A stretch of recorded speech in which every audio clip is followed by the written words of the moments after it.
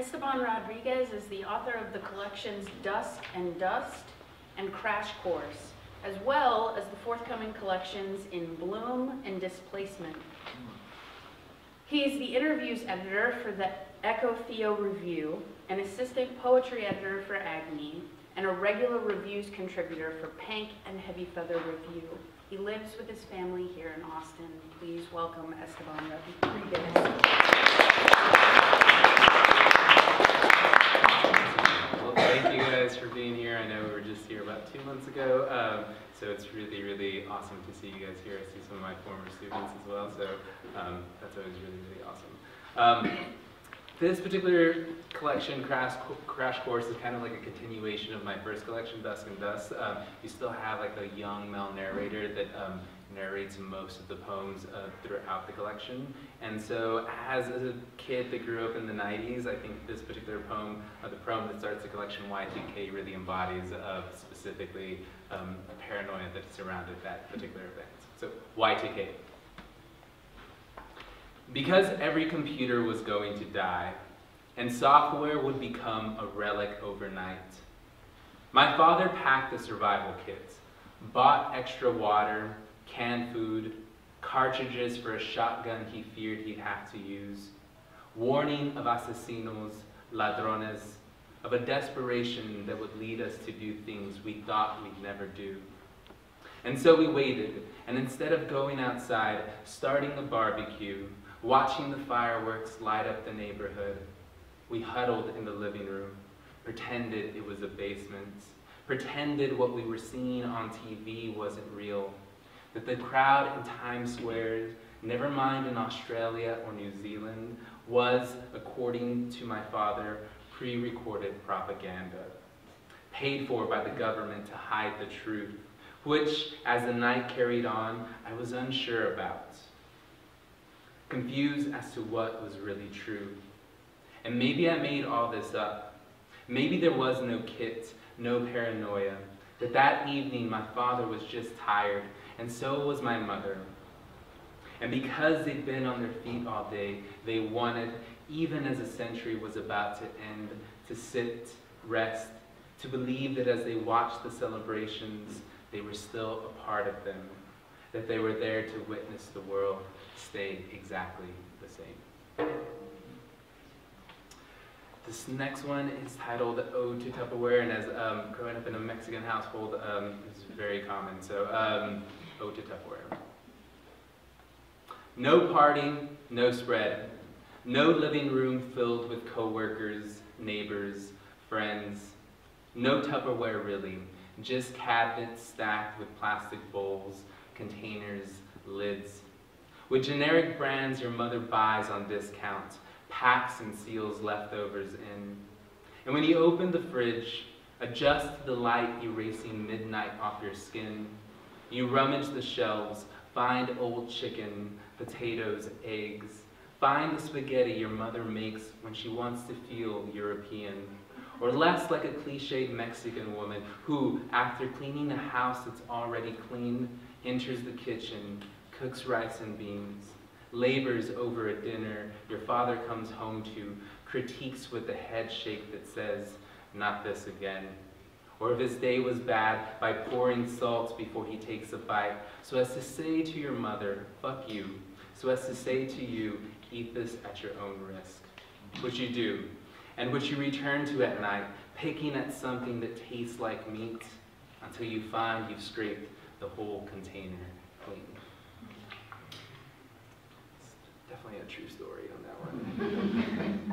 This next one is titled Yale, which in Spanish means skin. And as growing up in the valley, it became sort of like it was really habitual for us to cross over into Mexico. And so this could potentially get a little bit complex depending on your skin color. I'm a little bit more light complected than some of my family. So this is sort of dealing with that. Yeah. Begin with adjectives: brown, bronze, dark as old leather left out in the sun. And as you pick a scene and dust the edges off, focus on the bridge crossing back, on the beggars you still hear when you and your mother reach the end, Open a door and feel the rush of cool office air. And wait, as you've waited before, for the line to dwindle, for the officer to call you up, ask for your papers, and pause when he takes in your mother's skin, then looks at yours, unconvinced your light complexion makes you her son. Remember your silence. Remember the questions that sound from a little Spanish you understand, like they're meant for your mother to slip, to stutter the wrong birthday, birthplace, the full name that still gets stuck on your lips. And when the officer turns to you, asks in a heavy accent if this woman is really your mom, nod and say yes, then grab your mother's hand, sure that your touch will be enough to let you both pass. This is golden years. Because nursing homes were for gringos, my grandfather spent his last years on the couch, idle, silent, drooling as he watched novellas, old episodes of Cops, and as hour after hour passed, never once blinking, even when I snuck up, flashed my silliest faces in front of his eyes. Like a monk or the Queen's Guard, he remained stoic, lost in his thoughts, and indifferent when my father, out of habit, asked if he was hungry, if he wanted to eat with us. And though he said nothing, signaled neither yes or no when he grunted, coughed, my father nodded to me for help. And together, with our arms on his torso, back, we lifted the limp mass he'd become, carried him to the table, as though we were dragging a soldier, a brother we try to comfort, knowing that no matter how much we whispered, hang on, whatever was left of him would never make it home.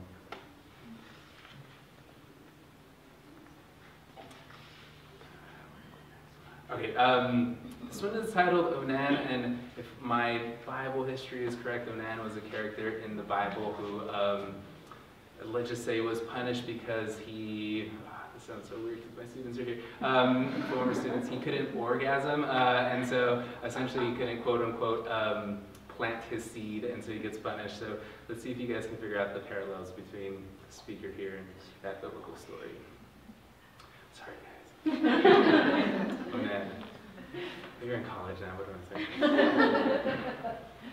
Midway through, religion kicks in, and you picture your place in hell, the pit where masturbators are thrown, screaming, crying, begging for forgiveness, writhing on the ground without their limbs. And yet, as you see yourself amongst them, pleading to a God who no longer listens, you stop, try not to think about your judgment, how fire will feel against your flesh, or that your sin, as you've heard televangelists claim, is the catalyst for larger events, poverty, hurricanes, ongoing wars, and every end-of-the-world disease. And with every stroke, there are new victims, calamities, your grandfather's memory, your aunt's car accident, and, as always, your mother's sudden blindness, the way she doesn't see you when she walks in, turns away from the power shrinking quickly in your hand. Am I going to look on that side too? Sorry. Awesome. All right. This one takes a more serious note. Well, somewhat serious. What you need to know is that, like, obviously, growing up in the Valley, or just anywhere, I guess, in America, you will get a lot of Jehovah's Witnesses knocking on your door, and so there is a sort of a connection between that. Refuge. When they knock, we duck, hide behind chairs, tables, the couch, cram saliva and sentences back inside our mouths. And when they knock again, eager with rehearsed verses, pamphlets, we tense our limbs, backs, stay silent till their silhouettes side the curtains, till the porch moans beneath their pious steps. The way I imagine a porch at this moment, bearing the weight of certain men, officers, agents, uniformed shadows who search for the premises, hoping something here yields a catch. Or at least a man, a woman, someone like my father or mother who, after crossing the border, stumbled, fatigued and wet, toward an abandoned house, praying once inside that as the wind began to mimic voices, their bodies wouldn't be tempted to make a sound. This next one is titled Temptation. One thing you need to know, Lalo here is my cousin, or at least like my imaginary cousin within the context of the poem. Temptation. First, he lets it dangle, swings it by its tail. Then, when the snake rises, hisses and slithers like fog between the rocks, Lalo lifts the lid, lets the mouse drop, and waits for nature to take its course. And I think of Eve, temptation.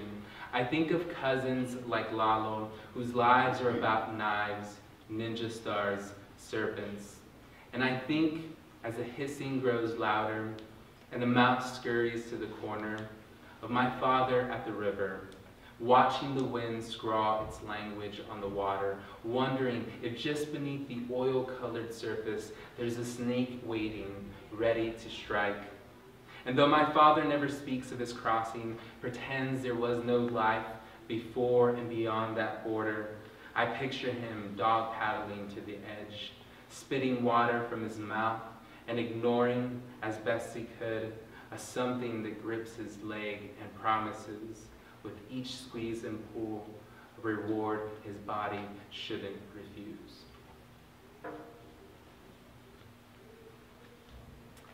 I am going to go ahead. You didn't read her Chupacabra poem, and so I'm going to read mine as well. It's called La Chupacabra. And I was here last time, and again, there's like a really big fascination with goats, and so the first line has a goat in there. Another dead goat, another reason to believe it was out there, skulking in the fields, making with its jagged claws, its sharp, mythic teeth, a crime scene of its prey. Like what my father found in the morning, throat gnawed, belly torn in half. And when I saw the ribs, flesh hanging from the ends, I thought of the way my father ate, how firmly he used his hands, ripping through meat, cramming charred and fatty chunks inside his mouth, just like La Chupacabra would, and just like I'd do until my mother slapped my hand, explain with her stare alone that even if my father snuck out late, came home with blood on his shirt, she'd be damned if I ate like I'd never been fed before. I'll give you guys two more, and then if you guys want to ask me some questions, we can open it up to Q&A. I know Scott will take that up on that. Teaching seniors last year was super, super rewarding, but one of the things that we saw sort of like towards the end was a lot of promposals, and I kind of got convinced to do a promposal as well, which came out fantastic, by the way. So you should look on Facebook, you'll see it. But I just became fascinated with this idea of promposal, and me and Carlos would constantly talk about it. Like, what if they say no? Like, we're secretly hoping that they'd say no. But they didn't, thankfully. So this one's titled Ode to Glitter. Even after crayons, color pencils, orange highlighter, and the slow, careful darkening of your best ever balloons, you knew it wouldn't do. That happy birthday, large, bold, as black as your marker allowed, wasn't enough. And so, before class ended, you took the glitter without permission, poured it on the letters full of glue. And that afternoon, at home, with your mother in the kitchen, you presented her your card, told yourself she loved it, even if she rushed you out, complain of all the glitter that fell like rain on the floor. And oh, how it decorated the floors at school, how they were splayed on Valentine's Day with red glitter, pink glitter, glitter that stayed on your hands for days, glitter you added on top of glitter to show the girl you swore you'd spend the rest of your life with how much you cared. And what better way to propose than with glitter on a board, with your soulmate's name written in gold, and feeling, because it did the trick before, that once you popped the question, revealed that shiny lettering, you'd hear every answer but no. And I'll finish off with this last one. It's titled Titanic. Somehow, when I was growing up, I convinced my mom to let me see the movie Titanic 4 times in the theaters. Saying that I'm just really fascinated with ships, which was not the case. Anybody has seen that movie? So this is that poem, Titanic.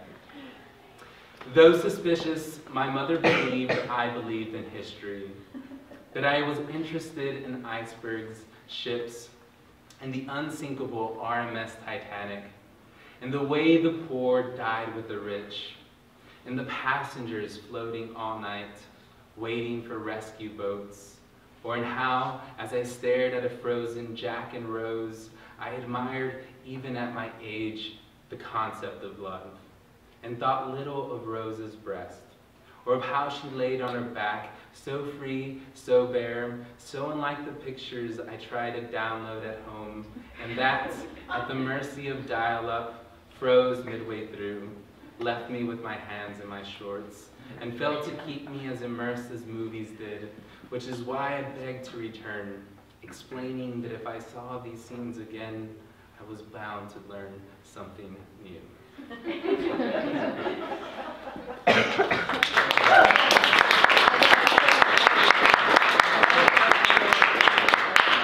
got a little bit of time if anybody wants to ask me questions about the book, about Leanna. I noticed that in some of your poems you had a U, and others of your poems you had an I. So I'm wondering, in what ways are the U's and the I's different, similar? I think it became sort of like a very like a technical aspect of the poem. Sometimes like if I could use the word us if I used I, whereas with the word you, the second person, I couldn't use us. So it just became sort of like strategic with that. And it was really good to sort of see, and I constantly do that, switch toggle between the I and the you, the way a poem can change just based off of those 2 words themselves. So just really kind of like going back and forth. Some of the poems started off with the you and then changed to the I, and vice versa as well. So. I remember talking to you at one point about the importance you thought about being a teacher writer, not always just poets who are reading professional poets. So maybe you can riff on that a little bit. And then the teacher part of you, who do you think high school students should be reading now in school that they're not reading? That's a big question there.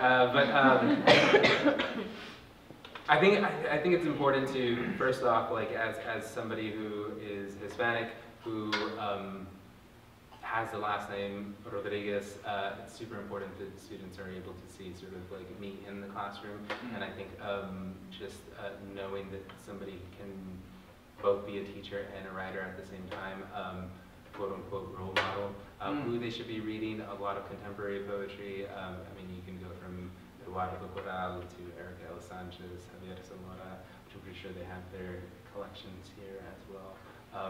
Just contemporary stuff that coupled maybe with some of the canon, but just anybody that they can see sort of that they can relate to.